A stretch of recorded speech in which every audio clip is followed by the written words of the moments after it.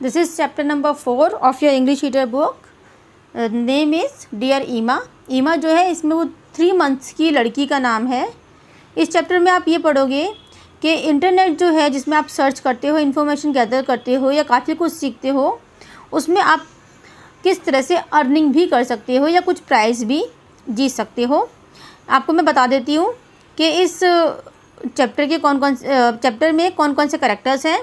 ये मार्था है जिस ग्रीन कलर की ड्रेस पहनी हुई है। मार्था की गोदी में उसकी बेटी है 3 months की उसकी डॉटर जिसका नाम ईमा है। The woman in red dress इसका नाम हिलेरी है एंड हिलेरी के पीछे उसका बेटा पीटर दिख रहा है जो कि 4 साल का है। तो जो मार्था है वो अपनी फ्रेंड ईमा के घर मिलने जाती है। तो हिलेरी जो है मार्था जो है वो अपनी फ्रेंड हिलेरी के घर मिलने जाती है। हिलेरी देख के मार्था को बहुत खुश होती है और कहती है wow your daughter is so beautiful, she has A round pink face. इस तरह से वो अपने बेटे से कंपेयर करती है कि देखो मेरा पीटर तो उसके आगे कैसे जाइंट सा लगता है, कितना बड़ा लगता है। ठीक है, पीटर जो है वो हिलेरी का 4 years का बेटा है। अब फिर वो मार्था को अपने घर का टूर कराने लगती है, उसको दिखाने लगती है कि देखो ये कितना स्पेशियस बेडरूम है, ये पीटर का है। हम पीटर के लिए न्यू क्रिब लेके आए हैं। क्रिब मतलब जो बच्चों का पलंग होता है उसे क्रिब कहते हैं। ठीक है, एंड बेडरूम के साथ ही अटैच होता है उनका बाथरूम, वो उसे दिखाती है। एंड उसके अंदर बाथटब होता है और ग्लीमिंग पोर्सलेन टाइल्स से वो होती हैं उसमें लगी हुई। ग्लीमिंग मीन्स चमकती हुई टाइल्स उसमें लगी होती हैं।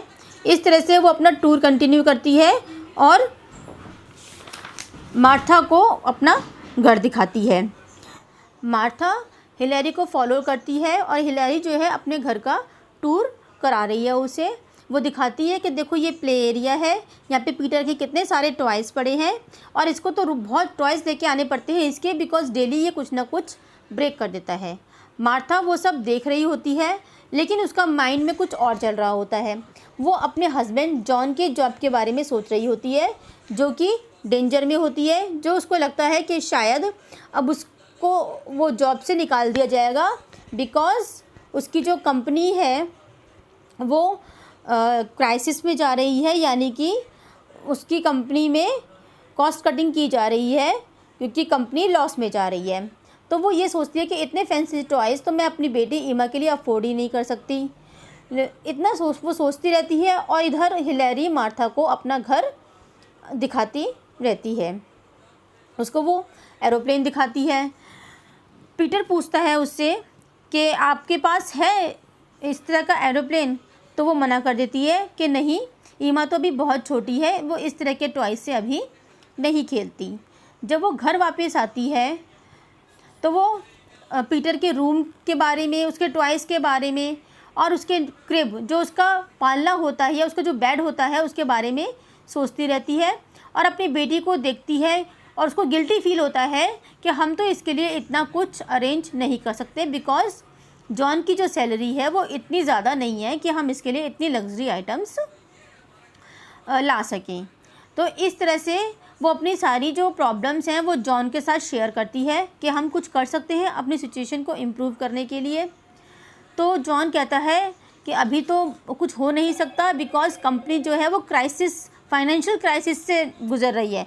फाइनेंशियल क्राइसिस मतलब कि पैसों की प्रॉब्लम चल रही है ऑफिस में और जो मेरी जॉब भी जो है वो भी मीन्स जा सकती है। तो बहुत ही ज़्यादा सीरियस वे में ये बात मार्था को बताता है।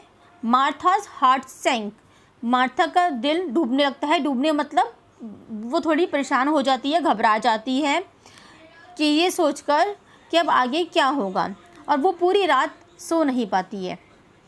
After hours of tossing and turning मतलब करवटें बदलते हुए काफ़ी उसकी रात निकलती है।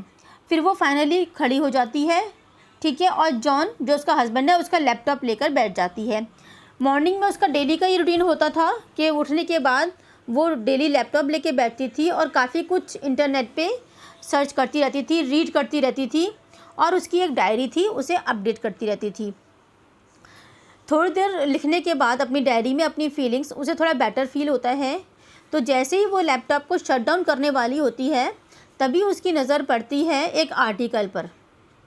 उस आर्टिकल पे लिखा होता है कॉन्टेस्ट फॉर मॉम्स। तो वो देखती है और क्लिक करती है उस लिंक पर, तो एक पेज खुल जाता है जिस पे लिखा होता है कॉलिंग ऑल मॉम्स, और उसमें जो प्राइस होता है वो होता है $500 का। तो उसमें ये होता है कि उसमें आपको अपनी मदरहुड के एक्सपीरियंस शेयर करने होते हैं, और जो जीतेगा उसे $500 का इनाम मिलेगा। इस तरह से वो सोचती है कि यस, $500 तो बहुत कुछ है, इन पैसों से मैं अपनी ईमा के लिए काफ़ी कुछ टॉयज़ वगैरह ख़रीद सकती हूँ। और वो इस कंपटीशन में पार्टिसिपेट करने के लिए रेडी हो जाती है, वो अपना नाम दे देती है। पूरी एक्साइटमेंट के साथ वो अपना फ़ोल्डर खोलती है, अपनी डायरी निकालती है जिसमें वो डेली के अपने एक्सपीरियंसेस शेयर करती थी एज ए मदर, और फिर वो पूरी रात बैठ के उसके अंदर कुछ अच्छी स्टोरीज़ या अच्छे एक्सपीरियंस फाइंड आउट करती है और उसे उस कॉन्टेक्स्ट के अंदर पोस्ट कर देती है। रात को मार्था अगेन अपनी बेटी को सुलाकर दोबारा अपनी डायरी लिखने बैठती है। तो उसमें वो लिखती है, dear Emma, when you were playing inside ममा's tummy, mama had planned hundreds of things for you. I was so happy that I kept talking to you all the time. I sang songs to you, and you know what? You responded to by kicking. Every time you kicked inside my tummy, I smiled.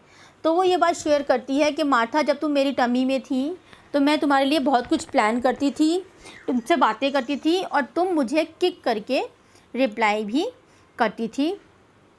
इस तरह की बहुत सारी चीज़ें वो अपनी diary में लिखती थी कि जब भी मैं न्यू ड्रेस पहनती हूँ तो तुम किस तरह से मेरी न्यू ड्रेस ख़राब कर देती हो, कभी उस पर अपना दूध गिरा देती हो, स्पिट कर देती हो, मीन्स दूध निकाल देती हो, लेकिन मुझे बिल्कुल बुरा नहीं लगता। जब भी तुम सो रही होती हो और मैं अपना काम फिनिश करके सोचती हूँ कि मैं भी थोड़ी देर के लिए रेस्ट कर लूँ, तभी तुम दोबारा से उठ जाती हो। लेकिन मुझे तुम्हारे साथ खेलना और बातें करना बहुत अच्छा लगता है। जिस तरह से तुम हंसती हो मुझे वो सब बहुत पसंद आता है, तुम्हारे फ़नी फेसेस मुझे बहुत अच्छे लगते हैं। जब कल हम हिलरी के हाउस में गए थे और मैंने जब पीटर के टॉयज़ देखे थे तो मुझे काफ़ी वर्स फील हुआ, थोड़ा बुरा फील हुआ, बिकॉज़ मुझे लगता है कि मैं तुम्हारे लिए इस तरह से टॉयज़ नहीं ख़रीद पाऊँगी, क्योंकि तुम्हारे पापा की जॉब अभी सिक्योर नहीं है। हम इतने सारे पैसे टॉयज़ के ऊपर स्पेंड नहीं कर सकते, लेकिन मैं और मैं तुम्हारे पापा, हम तुम्हें एंटरटेन करने के लिए पूरी कोशिश करते हैं, जिससे कि तुम्हारे फेस पे स्माइल आ सके, ठीक है।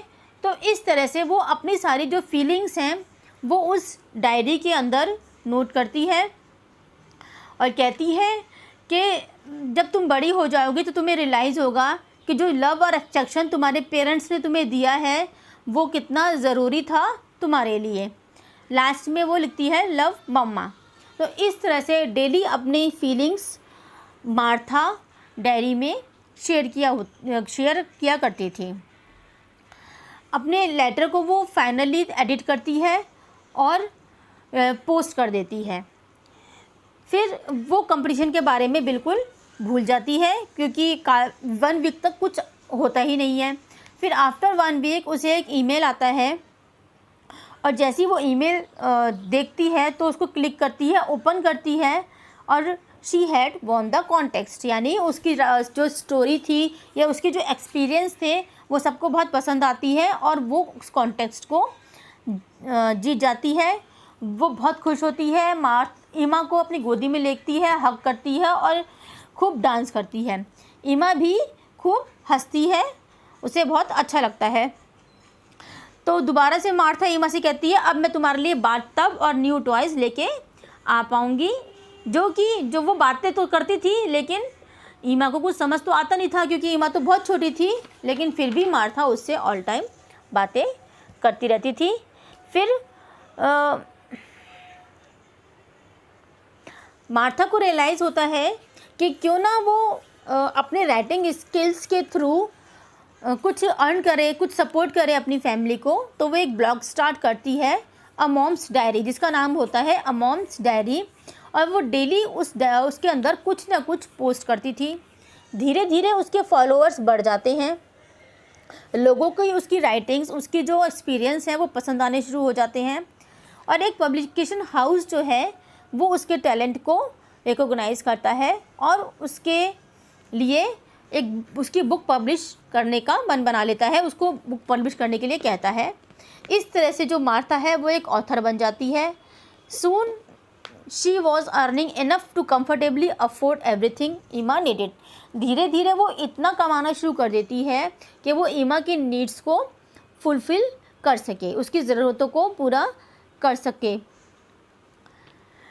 वो चाहे कितना भी काम करे लेकिन उसकी प्रायोरिटीज़ कभी चेंज नहीं होती। वो कहती है चाहे मेरे पास कितना भी काम हो लेकिन ईमा मेरे लिए फ़र्स्ट है। मैं उसके साथ खेलती हूँ, उसके संग पार्क जाती हूँ, मैं और ईमा बुक्स इकट्ठे रीड करते हैं, ठीक है। ईमा वॉज मार्थाज इंस्पिरेशन, ईमा ही मेरी इंस्पिरेशन है। वो जो ऑथर बनी है वो ईमा की वजह से ही बनी है। तो वो जो अपने ब्लॉग्स में जो भी लिखती है वो कोशिश करती है कि वो सब ग्राउंडेड हो। ग्राउंडेड मीन्स बिल्कुल सेंसिबल हो एंड रियल हो, उसमें कुछ भी फेक ना लगे, जिससे कि लोग उससे जुड़ पाएँ और उसके एक्सपीरियंस से कुछ सीख पाएँ।